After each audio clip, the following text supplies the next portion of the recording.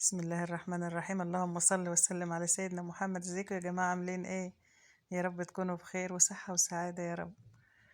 طبعا النهاردة بقى كده ايه، رانيا جبنا سمك ورانيا قعدت تشويه وجهزت الفطار اهو. عملت يعني الروتين كده على الماشي على قد ما قدرت، وقامت ايه طبعا يا جماعة الفطار شوت السمك وجهزت بقى لهم الفطار وكده اهو.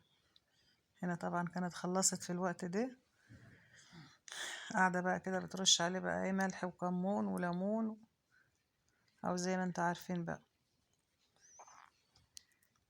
بنته قاعدة جنبي بس ايه مؤدبة ما بتتكلمش. ساعة ما بيتشوى بقى كده وبتعصر عليه الليمون والحاجة بتاعته السلام دي، عليكم. بتكمره بقى بالاكياس بقى عشان ايه يشرب من التمليحة ويبقى حلو زي ما انتوا شايفين كده.